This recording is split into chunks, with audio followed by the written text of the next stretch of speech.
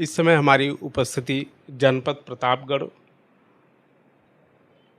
अपर police अधीक्षक श्री दुर्गेश कुमार सिंह जी के पास है। हम जानना चाहेंगे पुलिस अधीक्षक महोदय जी कि कोमल की मृत्यु संदिग्ध अवस्था में हो जाती है, इस पे आप क्या कहना चाहते हैं? देखिए 27/3/2031 को दुर्गागंज कस्बे में, जो कि थाना रानीगंज क्षेत्र में पड़ता है, एक प्राइवेट चिकित्सालय है जिसमें एक युवती 22 वर्ष की वो कार्य करती थी। और वहाँ पे ये प्रकाश में आया, जैसा कि उसके घर वालों ने बताया, कि अस्पताल के लोगों ने उसको गैंग रेप किया, जहर खिला के मार दिया। इलेक्ट्रॉनिक सर्विलांस और वैज्ञानिक साक्ष्यों के आधार पे कुछ सीसीटीवी फुटेज भी निकाले गए, जिसमें विवेचना के दौरान यह तथ्य प्रकाश में आए कि उसी अस्पताल में काम करने वाले इकबाल नामक एक युवक से, जो कि ब्लैकमेल करके उसके साथ संबंध बनाता था, और जब उसने शादी के लिए कहा तो ये मना करता रहा और उसको प्रताड़ित करता रहा। इससे क्षुब्ध होकर उसने जहर खा लिया और अस्पताल के डॉक्टर अमित पांडे और उनके प्रबंधक सुनील द्वारा उसके घर वालों को गुमराह किया गया कि इसको हायर सेंटर रेफ़र किया जा रहा है। और उनके घर वाले पहुँचे तो धोखे में डाल के वो वहीं पे मृत हो गई थी। उसके शव को घर पहुंचा दिया और साक्ष्य मिटाने के लिए उसको वहाँ पे जो वो था जहर का पाउच वगैरह वो छुपा दिया गया। और इसमें तीनों अभियुक्तों को जेल भेजा गया है। जो बाकी नामजद अभियुक्त हैं उनके विरुद्ध साक्ष्य संकलन की कार्रवाई चल रही है। शीघ्र ही उनके खिलाफ भी कार्रवाई की जाएगी। हॉस्पिटल से कहना था, माँ के पास जब फ़ोन गया था तो हॉस्पिटल के कर्मचारियों का कहना था कि ये लड़की ने जहर खाया था। जैसा मैंने बताया आपको कि घर वालों का यही कहना था कि अस्पताल प्रबंधन ने जहर खिला दिया और अस्पताल वालों ने ये गुमराह किया कि वो बाहर से ही खा के आई है। इसी आधार पे उनको अभियुक्त बनाया गया है और उनको जेल भेजा गया। पीड़िता माँ का कहना है, कोमल सरोज की माँ का कहना है कि हमारी बेटी के साथ दुराचार किया गया। जी बिल्कुल, जैसे मैंने बताया है शुरू में ही कि इकबाल के द्वारा उसको शादी झांसा दे के संबंध बनाता रहा, और जब उसने शादी करने के लिए इस पे दबाव डाला तो उसको प्रताड़ित भी किया और मना भी किया। तो इसी कारण से उसमें रेप की धारा लगाई गई है, जिसमें जेल भेजा गया। तो प्रधान जी, जानना चाहेंगे कि कोमल बहन की जो संदिग्ध अवस्था में मृत्यु हो जाती है, आज लगभग 4 दिन हो गए, तो अब तक पुलिस की कार्रवाई से, सीएमओ की कार्रवाई से और प्रशासन की कार्रवाई से कितना आप संतुष्ट हैं?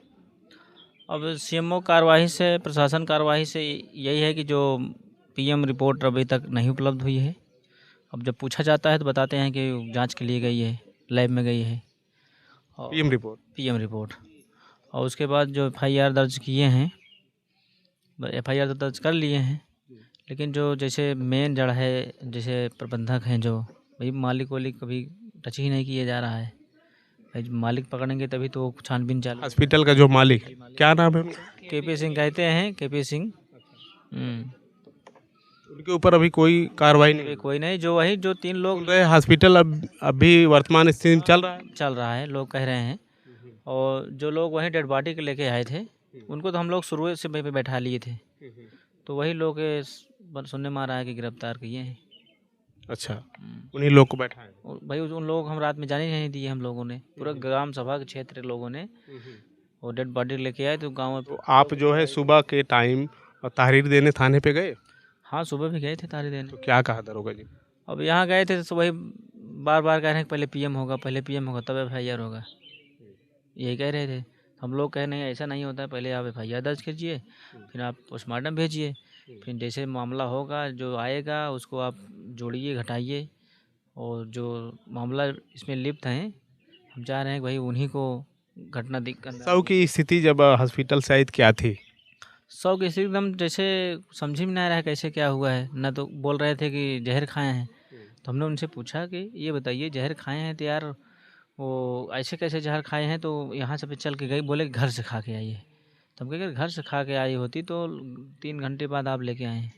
तो कभी अब आदमी असर करने लगता है। साइकिल चला कर घर से गई थी, तो और फिर कितना किलोमीटर दूर है? यहाँ से कम 4 किलोमीटर पकड़िए। 4 किलोमीटर। हमारे बगल के ग्राम सभा के प्राइवेट मास्टर हैं, वो लमसम 7:30 बजे गए थे हॉस्पिटल में। वो हेलमेट भूल गए थे, तो बता रहे थे खुद कि वो उन्हीं ने हमको बताया। तो यार तो ठीक ठाक हंस बोल चल रही थी, हमने देखा। बताइए घर से अगर 6:30 बजे आदमी निकले, 7:30 तक मास्टर साहब ने देखा, तो बता रहे थे यार कि हंस खेल के पूरा अपन जैसे काम कर रही है। उन्होंने चले आए। 8:35 पे फ़ोन आया वो हॉस्पिटल से। इनकी माँ ने बताया हम लोग मैच देख रहे थे, तो उसको निकाला कि इतना कितना होगा, तो उसमें टाइम आ जाएगा। तो इन लोगों ने जब गया तो इन लोगों ने बता रहे हैं कि देखने नहीं दिया गया। तभी शंका हो गया, भाई जब आप फ़ोन किए तो क्यों नहीं देखने दी, मिलने क्यों नहीं दिए? भाई प्रश्न उठता है ना। भाई आप फ़ोन भी कर रहे हैं कि तुम्हारे बेटी की तबीयत ख़राब है, लेकिन जब ठीक है तबीयत ख़राब है तो आपको धड़ल्ले देखना चाहिए। भैया आपको वेट करना चाहिए कि इनकी माँ कितनी जल्दी आए, इनको हम दिखाएं, इनको कहाँ ले जाएं, क्या करें। लेकिन जब इन लोग ने पहुंचा तो अंदर ही नहीं मिलने दिए। उसके बाद बता रहे हैं कि ठीक है अभी आराम है, बैठे हैं, अभी उसके बाद डेड बॉडी निकल के लेके आ रहे हैं। और फिर भी इनको बताया नहीं, इनको गुमराह किया गया कि हॉस्पिटल लेके चल रहे हैं। जब अपने गाँव की तरफ घूमे थे, वो कह रहे हैं कि ये तो भैया घरे चलता, कहा था नहीं चलता ही से निकल। अब तो बताइए यहाँ पे जब आए तो हमने जब आए तो हमसे वार्तालाप, इनसे झूठ बोला गया। हाँ जी झूठ बोला गया, ये बता रही थी। उसके बाद फिर जब हमने पूछा तो बोले कि भैया घर से दवा खा के गई थी। तो हम कहे आप कैसे आप इसको सर्टिफाई कर रहे हैं? भैया अगर दवा खा के गई तो आप कैसे ऐसे कह रहे हैं? भाई बिना जानकारी के मुँह देखे तो कुछ। ऐसे में कई प्रश्न उठते हैं। जिम्मेदार पर्सन थी, जिम्मेदार व्यक्ति थी, परिवार का भरण पोषण वही एकमात्र सहारा थी, तो ऐसा कदम उठा सकती है क्या? नहीं ऐसा नहीं है। हम लोग घर के हैं, हमारे पूरे आस पड़ोस में ऐसा कदम उठाने के यही तो शंका है कि ऐसे कैसे उठाएगी वो। चूँकि वो लोग बता रहे हैं कि ये इतना जिम्मेदार थी कि अपने पैसे से कपड़ा लत्ता खरीदने में बता रही थी कि कल रो रो के पहले इन लोगों को खाना पीना की व्यवस्थाएं जो हो सके करती थी, अपना कपड़ा लत्ता वैसे चला लेती थी। तो ऐसे तो इसमें दर्द की बात है बहुत। कल हमसे बता रही थी कि चूँकि हमारे भौजाई लगती हैं, हमारे सगे बड़े पापा के नतनी थी और हम प्रधान भी हैं, तो कल बता रही थी रो रो के, तो हम लोगों को बड़ा सम्मान करती थी। हम लोगों ने ऐसा आज तक मतलब कोई ऐसा डाउट या शंका नहीं हुआ कि इस तरह के है। अगर होता तो लोग सभी देखिए सब बहन बेटियाँ सब जानते हैं कि भैया हमारा कैसा है, क्या है, कैसे है लोग कह, लेकिन ऐसा हम लोगों का संज्ञान में मामला नहीं था कि ऐसा। हाँ बहुत अच्छा था। तभी तो अब ये सोचिए कि ये सर्टिफाई करता है कि उसका अगर बर्ताव इतना अच्छा ना होता तो गांव के हमारे 20 सेंटर से लमसम 4 किलोमीटर 3 किलोमीटर तक महिलाएं रोड पे आ गई। आप सोच सकते हैं कि अगर इसका अच्छा बर्ताव ना होता, अभी हम ही आप कोई आदमी अच्छा बर्ताव ना करे तो हम आप उसके साथ मुहे भले कह देंगे, लेकिन साथ में कट लेंगे कि यार कह जाए अच्छा आदमी नहीं है। तो आप इसको खुद सब जान रहे हैं, सब बुद्धिजीवी हैं, सब पढ़े लिखे हैं, लेकिन जब आदमी कहता है कोई कहता है, कोई कहता नहीं है। कोई पीठ पीछे कहता है, कोई सामने कह देता है। तो ऐसा कोई नहीं है। वो जिम्मेदार बिटिया थी। वो हम लोग देखे थे पहले अपना कपड़ा लत्ता इधर उधर करके कैसे भी करती थी, लेकिन लोगों का खाना पीना इधर उधर जो व्यवस्था है, उसको पढ़ाना लिखाना, बहन को फीस फाकड़ा। वो भी मास्टर साहब आए थे सुबह, हमसे कह रहे थे कि वो हमको भी सह रही थी कि हमारी छोटी वाली पढ़ने में कमज़ोर है, थोड़ा मास्टर साहब का डांटे रहा करा। तो ये मास्टर साहब आए थे सुबह, उन्होंने कहा कि यार मास्टर साहब मतलब अपने को सोच रहे थे यार बताइए ऐसे यार कह रही थी हमसे 2-3 बार। जब मिलती थी तब कहती थी कि हमारे काजल को थोड़ा मास्टर साहब पढ़ाई में कमज़ोरी है। उसको मास्टर साहब बोलना डांटना, तो कैसे हम कह दें कि ऐसे कर सकते। अब चाहे आप इसको पत्रकार महोदय, चाहे आप निडर कहिए, चाहे आदमी की मजबूरी समझिए कि अपने परिवार का भरण पोषण करने के लिए आदमी चाहे जैसे हो, चाहे रात हो चाहे बिरात हो, आदमी जाता है। चूँकि भाई उसको माता बस प्यार है तो आदमी कर रहा है, देख रहा है। चाहे आप उसको निडर समझिए, चाहे जैसे समझिए। जो घटना घटी है वो बहुत ही निंदनीय है और इसकी निष्पक्ष जांच होनी चाहिए, क्योंकि बहुत सारे सवाल हैं जो मैं चाहूँगी कि आप पत्रकार लोग जो है जाके प्रशासन से पूछें जिनमें पहला सवाल ये है कि जैसे उन्होंने कहा कि एफआईआर इसलिए हमने करी या इनके पे लाठीचार्ज हमने इसलिए किया क्योंकि ये लोग हॉस्पिटल को जलाने आए थे। तो पहला सवाल तो मेरा यही है, अगर हॉस्पिटल को ये लोग जलाने गए थे तो इनके पास ऐसा प्रशासन के पास क्या एविडेंस है कि ये लोग कैरोसिन पेट्रोल वगैरह क्या लेके गए थे जो ये जलाने गए थे। दूसरी चीज़ आई कि मृतक कोमल सरोज के मरने के बाद उस पर जो आरोप लग रहे हैं, उसके चरित्र पे जो आरोप लग रहे हैं, ये बहुत ही दुखद है। कौन आरोप लगा रहा है? जो लड़का शहबाज गिरफ्तार हुआ है उसने कबूल किया कि हमारा उसके साथ जो भी संबंध रहे हों। तो मैं ये चीज़ पूछना चाहूँगी, ये हॉस्पिटल के स्टाफ और उसके प्रबंधक से पूछना चाहूँगी कि हॉस्पिटल में अगर ये जो है लड़की पिछले 4 साल से काम कर रही थी और ऐसा चल रहा था अगर आपके हॉस्पिटल में, तो आपको पता कैसे नहीं था? आपने लड़की के परिजनों से बात क्यों नहीं करी? उन्हें सूचना क्यों नहीं दी? और आपके हॉस्पिटल में ऐसी घटना घट जाती है और आपको पता ही नहीं है। अब चूँकि लड़की की माँ जब गई मिलने के लिए, आपने उनको सूचना दी कि लड़की की तबीयत बिगड़ गई, जब मिलने के लिए गई तो उसको आपने डायरेक्ट मिलने क्यों नहीं दिया? कहना चाहूँगी ना कि आप लोग जाके उनसे पूछिए कि भाई पहली चीज़ तो उन्होंने मिलने क्यों नहीं दिया। और फिर जब आपने कहा कि आप दूसरे हॉस्पिटल ले जा रहे हो, एम्बुलेंस बुलाया, तो दूसरे हॉस्पिटल क्यों नहीं गए? आप उनके गाँव लेकर के क्यों चले आए? उनके घर डायरेक्ट लेके आप चले आए। इसका मतलब कि जो कोमल जी बहन कोमल थी वो ऑलरेडी मृतक थी, मर चुकी थी।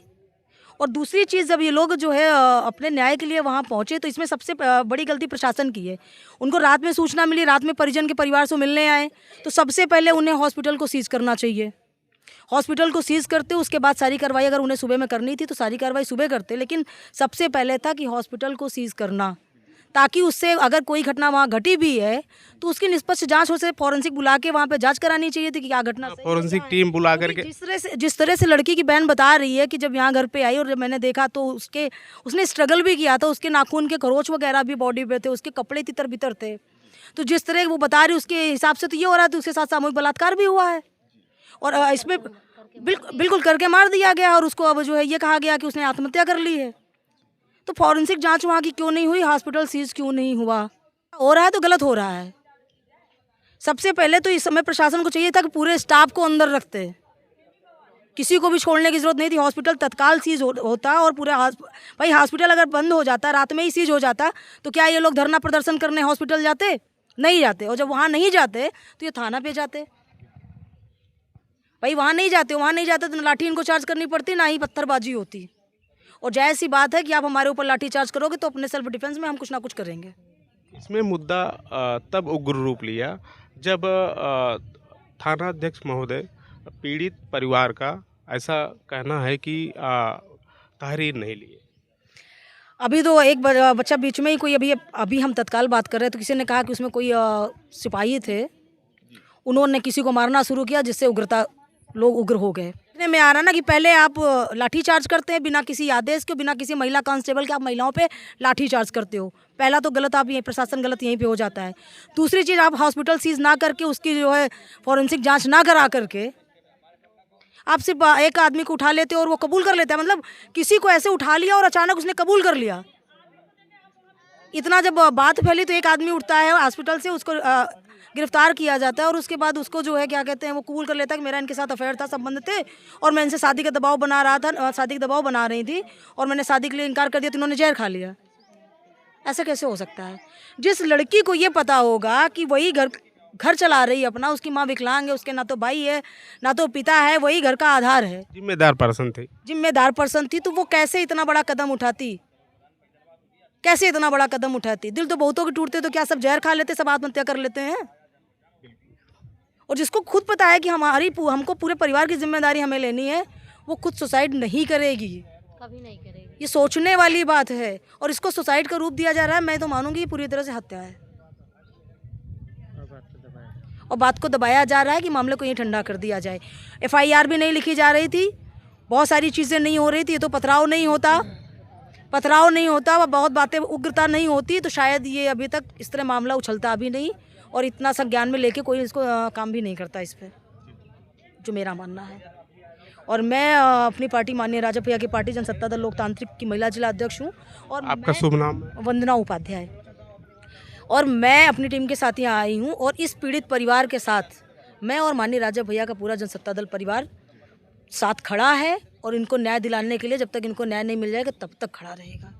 मेरा नाम नीतू किन्नर है। मैं जनसत्ता दल के कार्यकर्ता हूँ। मांधाता महिला ब्लॉक अध्यक्ष हूँ मैं जनसत्ता दल के। बहन कोमल सरोज की जो निंदनीय प्रकार से घटना हुई, इस पे क्या कहना चाहती है? हमें तो ये सब बहुत निंदनीय लग रहे हैं और जो है पुलिस प्रशासन को निष्पक्ष जांच करनी चाहिए, इसको न्याय देना चाहिए इन लोग को।